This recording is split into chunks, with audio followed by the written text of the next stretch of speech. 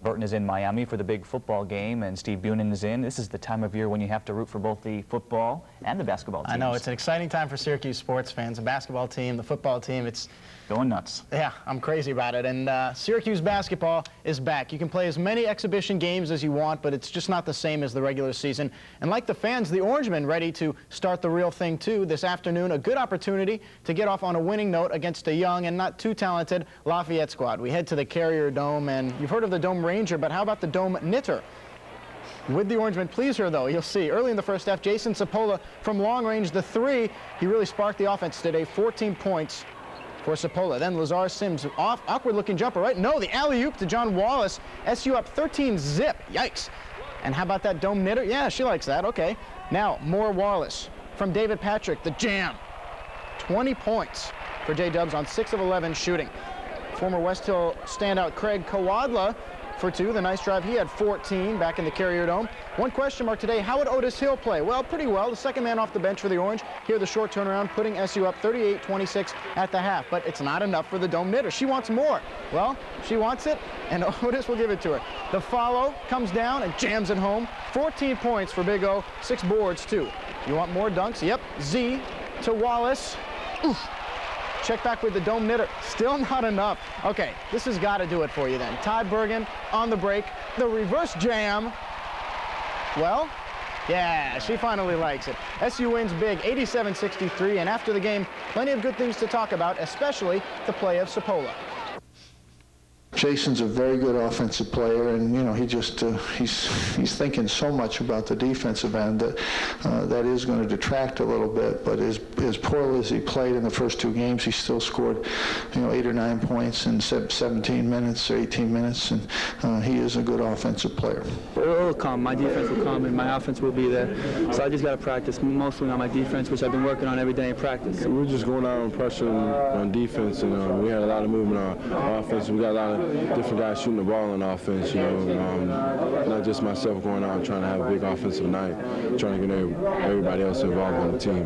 This is our first game with a new coach, a lot of new people, and we're just getting used to it. We're just going to improve the rest of the season. And, I think if we came in here at the end of the year, I think it'd be, we'd be a little bit different. I don't say we'd win, but it'd be a lot more competitive of a game. Well, checking the other college scores, Kansas and Utah in the second half late, the Jayhawks leading it, and Memphis a final over Purdue. And locally, Lemoyne, the Dolphins, a huge win. Adam Stockwell with 16, 5 players in double digits for the Dolphins.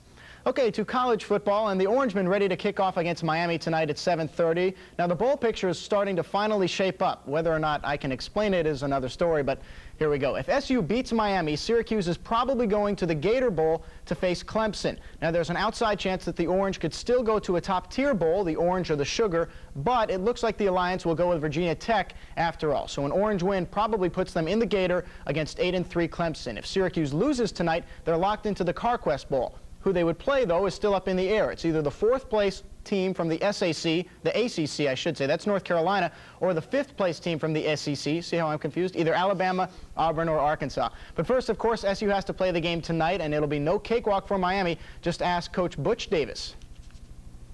They're electrifying on offense. McNabb at quarterback is legitimately a game breaker type of a player. He inevitably in almost every single game you see a great run, a great throw, him just do something that's absolutely spectacular. The supporting cast is outstanding. Excellent wide receivers. I think probably since the Florida State game, this is without question the best group of athletes, skilled both sides of the ball that we've played. Speaking of Florida State, the Seminoles and Gators in a huge matchup, number 6 versus number 3 in Gainesville. Like last year, Florida jumping out on top. Danny Werfel in the first to Jock Green, 22 yards, Gators up 7-3. In the second quarter, again, it's Werfel. This time to the left side for Chris Doring. He takes it home, 28-6 Gators. In the third, the Seminoles on the comeback. Warwick Dunn from 3 yards out. The 2-point conversion, they get it, and that makes it 28-14 Gators. Still in the third, Florida State recovers a fumbled punt attempt, and Danny Cannell makes him pay to Adrian Cooper. Now it's 35-24 Florida, but time running out in the fourth for the Seminoles. One last chance, Danny Cannell picked off in the end zone, and Florida wins it. They will move on to the Fiesta Bowl, where they will play Nebraska. The question, would it be for the national championship? Well, this game would decide that. A big one for Gary Moeller, and he would rely on tailback Tim Biaka Batuka. Over 300 yards on the day for Biaka Batuka. just running all over the Buckeyes. This sets up a Michigan touchdown early, 7-3 Wolverines. To the fourth quarter we go, down 16. Buckeyes go the length of the field. Bobby Hoying, lots of poise, threads the needle to Buster Tillman. They get the two-point conversion and get the ball back. Now they're down 8. 1 minute to go. 4th and 10. Hoying intercepted, and the dream season for Ohio State comes to an end. Michigan the winner, and that means Northwestern heads to the Rose Bowl. They'll play USC. To the scores, as we said, it also means the Fiesta Bowl will be the championship game, Nebraska and Florida. Tennessee a winner, Penn State and Michigan a final. Michigan State, I should say, the winner, and Texas A&M leading Christian 24-6 in the fourth. Now, at the beginning of the NBA season, it looked like the Rockets and the Knicks were heading in opposite directions. Houston coming off the repeat, but New York with an aging team, a new coach, and plenty of question marks. So no surprise the Rockets were in first place heading into today's game against the Knicks. But as for New York, just a half a game back of Orlando in the Atlantic. Rudy Tomjanovich, at least he's not wearing those ugly new uniforms from the Rockets. Clyde Drexler, doesn't matter what he's wearing. The 3 Rockets up 5 in the first. But Nelly's Knicks come back. Mace, the baseball pass to Patrick Ewing. He puts it in, and that ties it at 30. To the third quarter, Derek Harper from the top beyond the arc pulls up and hits Knicks up 4, 66-62. Robert Horry, so athletic. Watch the move here. How do they do that? But Horry, Akeem Olajuwon, and Coach T would all get ejected following this play. Watches Olajuwon, throws the ball in the ref's face. Can't get that. So undermanned, the Rockets end up falling to the Knicks, 103-88 the final. So New York now tied for first place in the Atlantic Division with Orlando Magic. Great. And the dome knitter, any word on what she was making? Who knows, but maybe we'll find out in the next home game. All right, thanks very much. Coming up next, 5-5-0. Well, trying to put the newscast together, but did try to see the SU game when I could. They played pretty well today, so, I mean, it's just a tough loss all around. Oh, just a heartbreaker for the Orangemen. Everything is going into this game, the whole season really riding on this one game on the road, and I don't know. You know, watching tonight's game, you could see an air of confidence in the team that really had no place being there. I mean, you combine the last 3 games between SU and Miami, and it's 92-16. Ouch, bad guys. But when Jim Turner returns that opening kickoff to the 40, you knew Syracuse would not be blown away. The only question was, would they be okay in the end? We go to the game, and Coach P with the headset down, Coach Davis, the headset up. Hey, 2 well-coached teams either way. Early on, like we said, Donovan McNabb, he needed a big game to get SU going, and boy, he came through. McNabb dropping back and looking left to Marvin Harrison, 25 yards, and that sets up the first score of the game for Syracuse. Thomas, wide open in the left side of the end zone. The first drive's 11 plays, 60 yards. SU touchdown. Hey, things looking pretty good, but the defense broke down. Watch here the pass interference on Phil Nash. Ouch, filling in for Kevin Abrams on Jamie German. That set up a Danielle Ferguson touchdown right there. 10-7, SU still leading in the first. The Orangemen, though, come back. McNabb, watch this play. Oh, I mean, are you kidding me? Donovan McNabb, unbelievable. 17-7, the Orangemen up in the second. They would keep a 10-point cushion until Ryan Clement here hits Saeed Tucker for the touchdown. 24-21, SU lead down to 3. Then Trent Jones dives into the end zone to give Miami its first lead of the game. 28-24 in the third quarter. Butch Davis likes it, but Coach B not too happy. Now, the proverbial nail in the coffin, the halfback touchdown pass, and that finished the scoring. A heartbreaking loss for Syracuse, 35-24. They go to the CarQuest Bowl, though, to play Clemson. Now, in other college football today, a huge matchup in Gainesville, Florida. 3rd-ranked Florida against number 6 Florida State. And like last year, the Gators go way up early. Danny Werfel over the middle.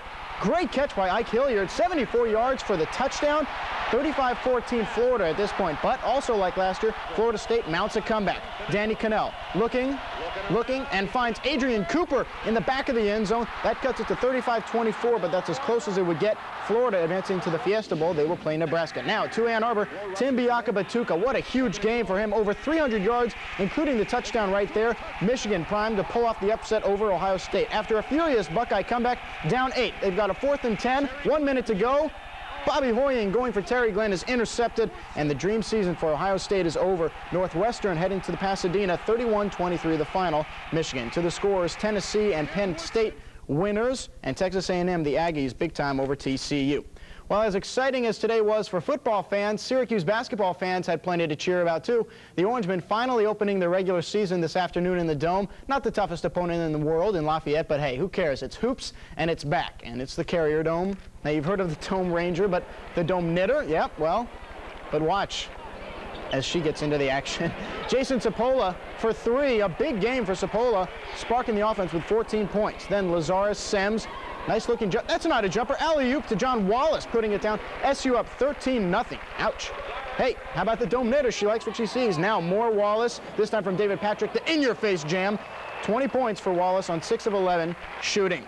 Former West Hill standout Craig Kowadla, the nice drive around Wallace, cutting the lead to 10. Kowadla had 14 in his return to Syracuse. One question mark today for the Orangemen. How would Otis Hill do? Well, here the turnaround jump shot, not too bad. SU up 38-26 at the half. But the dome knitter, she wants more, and what she wants, Otis Hill will give. The follow, come down, go up, big fella, send it in.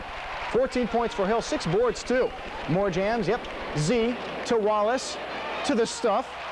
Let's check back with the dome netter. Still not happy. Okay. How about this one? Todd Bergen, not a super game for TB, but the reverse jam.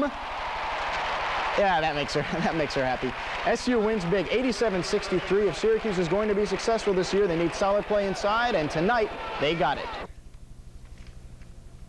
You know, Otis did a good job. He's got a big advantage in there, and he took advantage of it a little bit in the second half. And I thought he was more active. I thought Elvira was very active going to the boards and did a nice job in there. I felt real good. You know, after the things that happened before, just had to look past that and come out and play hard tonight. Checking the scores quickly, the Jayhawks winner was over Utah, Connecticut, and Indiana. That's in the second half. Wake Forest a winner over Mount St. Mary's, and Memphis beats Purdue 91-76. Missouri over Wofford, and Lemoyne a huge win over Mercy. Now heading into today's game against the Rockets, New York was just a half game out of first place in the Atlantic. The only problem, of course, they have to play the Rockets, who just happen to be 10-1 at the top of their division.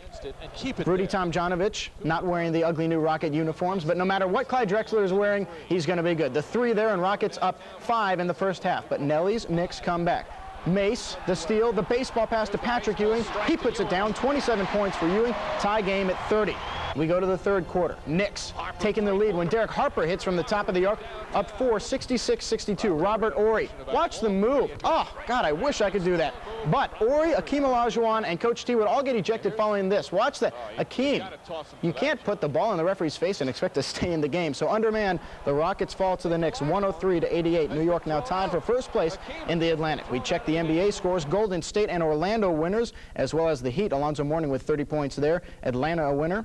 And Cleveland 89-87 over Milwaukee. The Lakers leading Phoenix late in the game. To New York and the Sabres and Islanders. Nice clothesline there.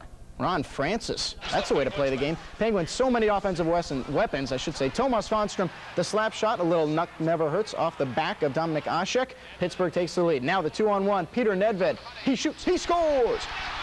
Sorry, Sabres fans. The Pittsburgh Penguins win 5-3. NHL scoreboard, Detroit shuts out the Rangers, Dallas shutting out the Devils, and Tampa Bay doubles up the Islanders. So day for Syracuse fans. The basketball team, a nice win, but the football team, just a heartbreaking loss. But still a bowl. Still a bowl, the Carquest Bowl. All right, thanks very much, Steve.